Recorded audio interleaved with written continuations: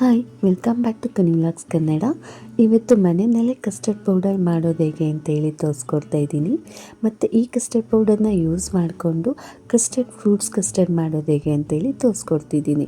ಈ ಕಸ್ಟರ್ಡ್ ಮಾಡೋದಕ್ಕೆ ನಾವು ಮೊದಲನೇದಾಗಿ ಕಲಸಕ್ಕರೆ ತೊಗೊಬೇಕು, ಮತ್ತು ಹಾಲು ಪೌಡರ್ ತೊಗೋಬೇಕು ಅರ್ಧ ಕಪ್ಪು ಕಾರ್ನ್ಫ್ಲೋರ್ ತೊಗೊಬೇಕು, ಒಂದು ವೆನಿಲಾ ಎಸೆನ್ಸು ಇಲ್ಲ ಪೈನಾಪಲ್ ಎಸೆನ್ಸ್ ಬೇಕು, ಹಾಗೂ ಯೆಲ್ಲೋ ಕಲರ್ ಫುಡ್ ಕಲರ್ ತೊಗೊಂಡಿದ್ದೀನಿ, ಲೆಮನ್ ಎಲ್ಲೋ ಫುಡ್ ಕಲರು. ಇದನ್ನು ನಾವು ಮೊದಲನೇಗೆ ಗ್ರೈಂಡ್ ಮಾಡ್ಕೋಬೇಕು. ಇದು ಕಸ್ಟರ್ಡ್ ಪೌಡರ್ ರೆಡಿ ಮಾಡ್ತಾ ಇರೋದು. ನಾನು ಕಲಸಕ್ಕರೆ ಹಾಕ್ಕೊಂಡು ಇದನ್ನು ಗ್ರೈಂಡ್ ಮಾಡ್ಕೊತಾ ಇದ್ದೀನಿ. ಇದನ್ನು ನೈಸಾಗಿ ಪೌಡರ್ ಮಾಡ್ಕೊಬೇಕು. ನಾನು ಇದನ್ನು ಆಲ್ರೆಡಿ ಕಲ್ಲಲ್ಲಿ ಒಂದು ಸಲ ಜಜ್ಜಿ ಪೌಡರ್ ಮಾಡಿದ್ದೀನಿ. ಅದಾದ ನಂತರ ಮಿಕ್ಸಿಗೆ ಹಾಕಿ ಈ ರೀತಿಯಾಗಿ ನೈಸ್ ಪೌಡರ್ನ ಮಾಡ್ಕೊತಾ ಇದ್ದೀನಿ. ಇದಕ್ಕೆ ಕಲಸಕ್ಕರೆನೇ ಮೇನ್ ಆಗಿ ಬೇಕಾಗಿರೋದು. ನಂತರ ಇದಕ್ಕೆ ಹಾಲು ಪೌಡರ್ನ ಹಾಕಿ ಒಂದು ಸಲ ಗ್ರೈಂಡ್ ಮಾಡ್ಕೊಂಡಿದ್ದೀನಿ. ಇಷ್ಟನ್ನು ಕೂಡ ನಾನು ಒಂದು ಬೌಲ್ಗೆ ಹಾಕ್ಕೊತಿದ್ದೀನಿ. ನಂತರ ಕಾರ್ನ್ಫ್ಲೋರ್ನ ಹಾಕ್ಕೊಂಡಿದ್ದೀನಿ. ಹಾಗೆ ಒಂದು ವೆನಿಲಾ ಎಸೆನ್ಸು ಇಲ್ಲ ಅಂತ ಅಂದರೆ ಪೈನಾಪಲ್ ಎಸೆನ್ಸ್ನ ಯೂಸ್ ಮಾಡ್ತಾಯಿದ್ದೀನಿ. ಮತ್ತು ಫುಡ್ ಕಲರ್ ಒಂದು ಸ್ಪೂನಷ್ಟು ಯೂಸ್ ಮಾಡಿಕೊಂಡು ಇದನ್ನು ಗ್ರೈಂಡ್ ಮಾಡ್ಕೊತಾ ಇದ್ದೀನಿ. ಇಷ್ಟನ್ನು ಗ್ರೈಂಡ್ ಮಾಡಿಕೊಂಡು ಆ ಬೌಲ್ಗೆ ಮತ್ತೆ ಹಾಕ್ಕೊಂಡು ಇಷ್ಟನ್ನು ಫುಲ್ಲು ಮಿಕ್ಸ್ ಮಾಡ್ಕೊತಾ ಇದ್ದೀನಿ. ಈಗ ನಾವು ಮನೆಯಲ್ಲೇ ಮಾಡುವಂಥ ಹೋಮ್ ಮೇಡ್ ಕಸ್ಟರ್ಡ್ ಪೌಡರ್ ರೆಡಿಯಾಗಿದೆ. ಇದು ಸೇಮ್ ಅಂಗಡಿನಲ್ಲಿ ನಾವೇನು ಪರ್ಚೇಸ್ ಮಾಡಿ ತರ್ತೀವಲ್ಲ ಅದೇ ಥರನೇ ಇರುತ್ತೆ. ನೋಡೋದಕ್ಕೂ ಕೂಡ ಟೇಸ್ಟ್ ಕೂಡ ಅದೇ ರೀತಿಯಾಗೇ ಇರುತ್ತೆ, ಥಿಕ್ನೆಸ್ಸು ಕೂಡ ಹಾಗೆ ಬರುತ್ತೆ. ಈಗ ನಾವು ಕಸ್ಟರ್ಡ್ ಮಾಡೋದು ಹೇಗೆ ಅಂತ ಹೇಳಿ ತೋರಿಸ್ಕೊಡ್ತೀನಿ. ಆ ಪೌಡರ್ನ ಯೂಸ್ ಮಾಡಿ ನಾನು ಕಸ್ಟರ್ಡ್ನ ಮಾಡ್ತಾ ಇರೋವಂಥದ್ದು. ಮೊದಲನೇದಾಗಿ ಅರ್ಧ ಲೀಟರ್ ಹಾಲನ್ನ ತೊಗೊಂಡಿದ್ದೀನಿ, ಯಾವುದೇ ರೀತಿ ನೀರನ್ನ ಹಾಕಿಲ್ಲ. ಇದಕ್ಕೆ ನಂತರ ಅದನ್ನು ಕಾಯೋಕ್ಕಿಟ್ಟು ಈ ಸೈಡು ಒಂದು ಬೌಲ್ಗೆ ನಾನು 5-6 ಸ್ಪೂನಷ್ಟು ಕಸ್ಟರ್ಡ್ ತೊಗೊಂಡಿದ್ದೀನಿ. ಅರ್ಧ ಲೀಟರ್ ಹಾಲಿಗೆ ಒಂದು 6 ಸ್ಪೂನಷ್ಟಾದರೂ ಕಸ್ಟರ್ಡ್ ಪೌಡರ್ ಬೇಕು. ತುಂಬ ಚೆನ್ನಾಗಿ ಥಿಕ್ನೆಸ್ಸಾಗಿ ಬರುತ್ತೆ. ಅದಕ್ಕೋಸ್ಕರ ಇದನ್ನು ನಾವು ನೀರು ಇಲ್ಲ ಅಂತ ಅಂದರೆ ಹಸಿ ಹಾಲು ಇಲ್ಲ ಕೋಲ್ಡ್ ಹಾಲಲ್ಲಿ ನಾವು ಇದನ್ನು ಮಿಕ್ಸಪ್ ಮಾಡ್ಕೊಬೇಕು. ಇದಕ್ಕೆ ಯಾವುದೇ ರೀತಿಯ ಬಿಸಿನೀರಾಗಿರಲಿ ಬಿಸಿ ಹಾಲನ್ನಾಗಲಿ ಹಾಕಬಾರ್ದು, ಗಂಟಾಗಿಬಿಡುತ್ತೆ. ಅದಕ್ಕೋಸ್ಕರ ಈ ಕಡೆ ಹಾಲು ಕಾದಿರೋದಕ್ಕೆ ನಾನು ಅರ್ಧ ಕಪ್ಪಷ್ಟು ಸಕ್ಕರೆನ ಹಾಕ್ಕೊತಾ ಇದ್ದೀನಿ. ಇಲ್ಲಿ ಸಕ್ಕರೆ ಸ್ವಲ್ಪ ಲೈಟಾಗೇ ಇರಲಿ, ಬಿಕಾಸ್ ಆಫ್ ಕಸ್ಟರ್ಡ್ಗೂ ಕೂಡ ನಾವು ಕಲ್ಸಕ್ಕರೆ ಹಾಕಿರ್ತೀವಲ್ಲ, ಅದರಿಂದಾಗಿ ಸ್ವಲ್ಪ ಲೈಟಾಗೆ ಹಾಕ್ಕೊಂಡ್ರೆ ಸಾಕು. ನಂತರ ನಾವು ಕಸ್ಟರ್ಡ್ ಏನು ನಾವು ಮಿಕ್ಸಪ್ ಮಾಡಿ ಇಟ್ಕೊಂಡಿದ್ದೀವಲ್ಲ ಅದನ್ನು ಸೇರಿಸೋ ಟೈಮಲ್ಲಿ ಈ ರೀತಿಯಾಗಿ ಕೈ ಆಡ್ತಾ ಇರಬೇಕು. ಇಲ್ಲ ಅಂತ ಅಂದರೆ ಕೆಳಗಡೆ ತಳ ಹಿಡಿಯೋ ಸಾಧ್ಯತೆ ಇರುತ್ತೆ, ಈಗ ಮತ್ತೆ ಗಂಟುಗಳಾಗ್ಬಿಡುತ್ತೆ.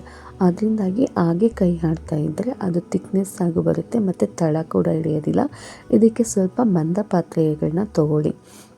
ನಂತರ ನಾನು ಕಸ್ಟರ್ಡ್ಗೆ ಫ್ರೂಟ್ಸ್ ಆಗಿ ನಾನು ದಾಳಿಂಬೆ ಮತ್ತು ಬನಾನಾ ಆ್ಯಪಲ್ನ ತೊಗೊಂಡಿದ್ದೀನಿ. ನೀವು ಇದನ್ನು ದ್ರಾಕ್ಷಿ ಇಲ್ಲ ಇದ್ದರೆ ದ್ರಾಕ್ಷಿ ಕೂಡ ಯೂಸ್ ಮಾಡ್ಬೋದು, ಚಿಕ್ಕೂಸ್ ಯೂಸ್ ಮಾಡ್ಬೋದು. ಈ ಥರ ಇನ್ನೂ ಕೆಲವು ಫ್ರೂಟ್ಸ್ಗಳನ್ನ ಯೂಸ್ ಮಾಡ್ಬೋದು. ನಾನು ಡ್ರೈ ಫ್ರೂಟ್ಸ್ಗೆ ಬಾದಾಮಿ, ಗೋಡಂಬಿ, ಪಿಸ್ತಾ ಮತ್ತು ದ್ರಾಕ್ಷಿನ ತೊಗೊಂಡಿದ್ದೀನಿ. ನಿಮ್ಮ ಮನೆಯಲ್ಲಿ ಇನ್ನೂ ಕೆಲವೊಂದು ನಟ್ಸ್ಗಳಿದ್ರೆ ಅದನ್ನು ಕೂಡ ನೀವು ಆ್ಯಡ್ ಮಾಡ್ಕೊಬೋದು. ನಾನು ಇಲ್ಲಿ ಬೇಗನೆ ಆರಲಿ ಅಂತ ಹೇಳ್ಬಿಟ್ಟು ಆ ಕಸ್ಟರ್ಡ್ ಏನು ರೆಡಿ ಮಾಡ್ಕೊಂಡಿದ್ವಲ್ಲ ಅದನ್ನು ನಾವು ಒಂದು ಪಾತ್ರೆಯಲ್ಲಿ ನೀರು ಹಾಕಿ ಅದರಲ್ಲಿ ಕೈ ಆಡ್ತಾಯಿದ್ದೀನಿ. ಈ ರೀತಿ ಮಾಡೋದ್ರಿಂದ ಬೇಗನೆ ಕಸ್ಟರ್ಡ್ ತಣ್ಣಗಾಗುತ್ತೆ. ಆ ನಂತರ ನಾವೇನೆಲ್ಲ ಫ್ರೂಟ್ಸ್ನ ಕಟ್ ಮಾಡಿ ಇಟ್ಕೊಂಡಿದ್ವಲ್ಲ ಅದನ್ನೆಲ್ಲನೂ ಕೂಡ ಆ್ಯಡ್ ಮಾಡ್ಕೊತಾ ಇದ್ದೀನಿ. ಇದಕ್ಕೆ ನಾವು ಚಿಯಾ ಸೀಡ್ಸ್ ಕೂಡ ಹಾಕ್ಕೊಳ್ಬೋದು ನೆನೆಸಿ, ಅದು ಕೂಡ ತುಂಬ ಚೆನ್ನಾಗಿರುತ್ತೆ ಟೇಸ್ಟು.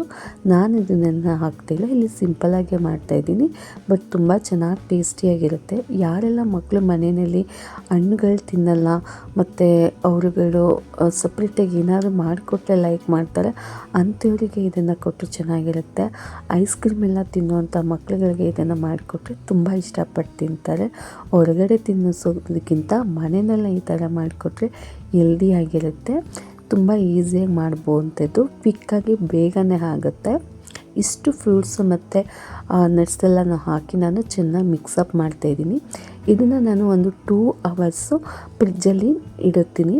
2 ಅವರ್ಸ್ ಫ್ರಿಜ್ಜಲ್ಲಿ ಇಟ್ಟಿದ ನಂತರ ಈಗ ನಾನು ಏನೆಲ್ಲ ಫ್ರೂಟ್ಸ್ ನಾನು ನಡೆಸಿತ್ತಲ್ಲ ಇನ್ನೂ ಸ್ವಲ್ಪ ಅದನ್ನು ಗಾರ್ನಿಷಿಂಗ್ಗೆ ಅಂತ ಹೇಳಿ ಯೂಸ್ ಮಾಡ್ತಾಯಿದ್ದೀನಿ. ಸ್ವಲ್ಪ ಡೆಕೋರೇಷನ್ಗೆ ಗಾರ್ನಿಷಿಂಗ್ ಮಾಡೋದಕ್ಕೆ ಅಂತ ಹೇಳ್ಬಿಟ್ಟು ಈ ರೀತಿಯಾಗಿ ಗಾರ್ನಿಷಿಂಗ್ ಮಾಡಿ ನೀವು ಸರ್ವ್ ಮಾಡಿದ್ರೆ ತುಂಬ ಟೇಸ್ಟಿಯಾಗಿರುತ್ತೆ.